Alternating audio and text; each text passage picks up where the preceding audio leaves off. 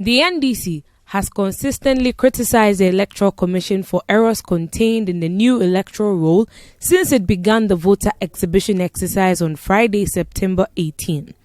The flag-bearer of the NDC, Dramani Mahama, cut short his trip to the Bono region as a result of what the party terms anomalies with the exercise. Addressing the press at the NDC headquarters in Accra on Thursday, September 24, 2020, Dramani Mahama complained about the high number of names missing in the newly compiled voters register. I need to stress that these examples are just a fraction of the magnitude of the problems encountered so far with this exhibition exercise. Even though the occurrence of anomalies during voter exhibition exercises is not new, the sheer volume and magnitude of the recorded anomalies in this ongoing voters exhibition exercise are unusual and unprecedented and give us genuine cause for concern about the credibility of the register and the integrity of the electoral process. This is particularly so given the limited amount of time that we have for the resolution of these major challenges before we go into the December elections. It is obvious that the EC, despite the desperate public relations attempts, recognizes its failures and the potential challenges to the electoral process emanating from its actions.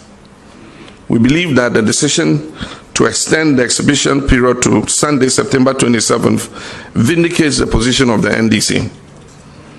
We, however, think that a 2-day extension is inadequate to address the magnitude of issues that we have discovered that need to be resolved. He added that the party will not accept the results of the 2020 elections if the issues raised about the register are not addressed immediately.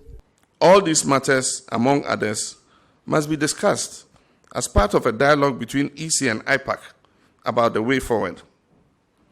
And finally, I wish to make an appeal to the international community, international election observers, and our domestic observers.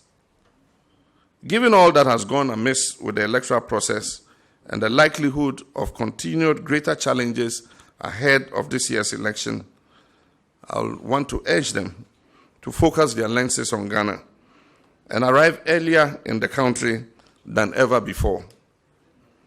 This will enable them to engage the EC, IPAC, and all stakeholders as part of efforts to resolve these major problems with the register. Mr. Mahama further called on the international bodies to, as a matter of urgency, take keen interest in the electoral process ahead of the elections. Let me serve notice, once again, that we will not accept the result of a flawed election. We will certainly not look on. Neither will we shirk our civic responsibility and allow the EC, whether by ill intent or sheer incompetence, to usurp the people's mandate in the December 7 poll.